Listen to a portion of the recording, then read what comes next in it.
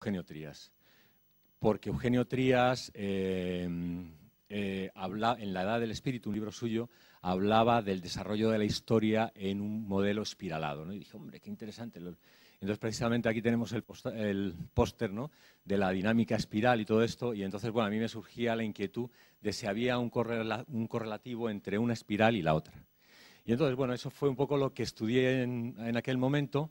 Que sepáis que esas presentaciones están en Internet y que si ponéis Revolver, que es mi nombre artístico, pues los encontráis. Si ponéis Alberto Jiménez, no. Si ponéis Alberto Jiménez, encontraréis muchos Albertos Jiménez. Pero si ponéis Revolver, podéis encontrar las presentaciones de otros años y por si queréis un poco profundizar en lo que son las espirales de Trías, ¿no?, que más o menos veíamos que tienen correspondencia más o menos con los colores de la Spiral Dynamics y demás.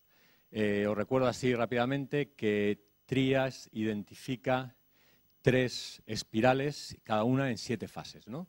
La primera espiral nos llevaría hasta, me voy a poner aquí para que nos veamos, nos llevaría más o menos desde, no llego, nos llevaría desde lo que es Altamira y la Gruta hasta Ibn al-Arabi de Murcia en el siglo XIII.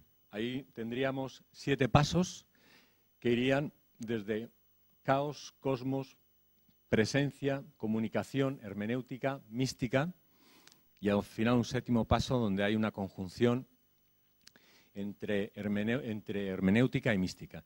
Entre hermenéutica en tanto que interpretación de los textos sagrados, que la presencia del misterio, ¿no?, ha dado a la humanidad, y la vivencia propia, ¿no?, de la humanidad ya haciendo los suyos, ¿no? Y entonces esa última etapa, que es esa conjunción, coincide con la primera etapa de la segunda espira, ¿no? Y entonces ahí tendríamos un segundo ciclo hasta 1848, y que es el momento de las revoluciones en Alemania, la Comuna de París y demás. Y ya tenemos otro tercer ciclo que no se determina muy bien, pero da la sensación, nos da a entender como que llegaría hasta justo antes de las primeras guerras mundiales, ¿no? Y entonces ahí quedaría, no sabemos si otro ciclo que se está desarrollando en estos momentos, ¿no?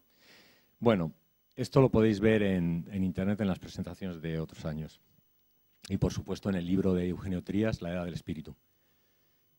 Luego después, y también en la línea de arrimar el ascua a la sardina, pues investigué en Jan Gebser, que, como sabéis, es un autor en el cual Wilber se basa, no lo he traído, se basa sobre todo para determinar los niveles del cuadrante inferior izquierdo, o sea, todo lo que tiene que ver con la parte cultural y demás. Entonces hay todos estos niveles de arcaico, mítico, racional y tal, estos Wilber los saca de Gebser, y el mismo término integral lo saca de Gebser, lo saca de Aurobindo. O sea, hay una serie de autores que lo están utilizando, pero entre ellos es Gebser. Y bueno, Gebser básicamente en su obra principal, que es Origen y Presencia, sobre todo los elementos clave que introducen son el de aperspectivismo, que ya sabemos que es uno de los elementos de Wilber, y otro que es el de diafanidad, ¿no? Hay unos y entonces dice que todo esto nos lleva a una nueva era, que es la era integral, en los cuales sus síntomas son atemporalidad, arracionalidad y superación del idealismo, de los dualismos. ¿Y esto qué tiene que ver con nuestra sardina? Y decía en aquel momento, básicamente, que para decir esto, Gebser se está basando en Picasso. Ese dibujo de ahí es de Picasso y él lo recoge en su libro, precisamente, de Origen y Presencia. ¿Y por qué recoge ese dibujo de Picasso? Pues porque se lo había regalado Picasso. Y porque resulta que Gebser estuvo trabajando con el gobierno de la Segunda República Española. O sea, cuando oigáis a Wilber hablar de Gebser, realmente pensad que este señor estuvo aquí varios años, estuvo como 5 años en España, y terminó escribiendo una serie de poemas, un libro de poesías en español, que este año he estado detrás de él y en la Biblioteca Nacional han alucinado porque no sabían de su existencia. Y entonces alguien de Alemania me ha pasado escaneado parece ser una edición completa en alemán. Ahí están esas poesías en castellano.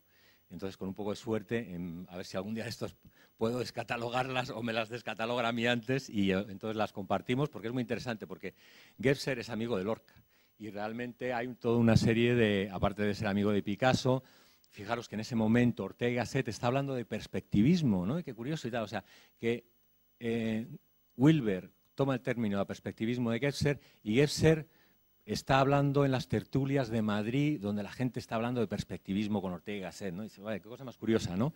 Y entonces, bueno, pues ahí hay toda una serie de coincidencias, como que también haya traducido a Lorca al alemán. De hecho, este libro es de Gebser, sobre Lorca. Traduce con Cernuda, traduce a Hölderlin al castellano. Y bueno, y sobre todo al final ve a Guillén como poeta integral. Y si os acordáis, el año pasado estuvimos recitando todos juntos y juntas una poesía de Guillén, ¿no? Un poco en honor, ¿no? A todos estos. Bueno, pues ha ido rodando la cosa y entonces de las jornadas del año pasado, que además llevaban el tema del Mediterráneo, sobre todo porque hablan, ahí digamos, en la introducción al libro este principal de Gebser, sus críticos dicen, bueno, realmente hay en Gebser como una diafanidad, el concepto de diafanidad que es posible que lo haya tomado de España, esa diafanidad, esa claridad mediterránea, tal y cual, ¿no? Y entonces yo precisamente mencionaba en varios textos de críticos anglosajones que hablaban de esa mediterraneidad. Y entonces al Run estaba por allí Isabel Salama y me invitaron a unas jornadas del Eneagrama. Y también un poco, pues, avanzando en toda esta historia, doy con Arthur Koestler. Y me entero de que Arthur Koestler también ha estado en la Segunda República, también ha estado en la Guerra Civil Española. Ya sabéis que Arthur Koestler es quien Wilber menciona, de donde él toma el concepto de Olón. Y entonces resulta que Arthur Koestler, que es un húngaro, ha estado en la Revolución de Rumanía, luego pasa por los kibbutz, en los kibbutz se ve que no le terminan de convencer y él es judío, y entonces se monta un chiringuito en el Cairo, mientras tanto se busca la vida de periodista por allí, y al final parece ser que un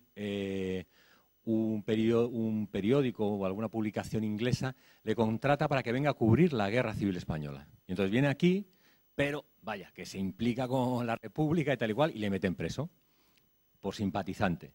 Y entonces le tienen allí en los calabozos y tal y cual, y le ponen, básicamente le dan un día para que le van a fusilar, Arthur Koestler.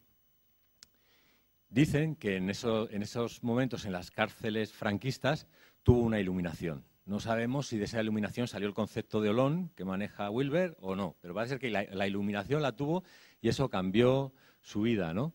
Luego después consiguen liberarle porque el periódico este inglés entra en negociaciones con los nacionales y le canjean por la mujer del capitán Aya, que nos suena a todos porque está por un montón de calles y hospitales, ¿no? Entonces, el capitán Aya era un aviador y entonces parece ser que los republicanos tenían presa a la mujer del capitán Aya y entonces hay una negociación y entonces canjean a Arthur Koestler, el creador del Olón, por la mujer del capitán Aya. Así que cuando paséis por la calle del capitán Aya o el hospital, acordaros de los Olones.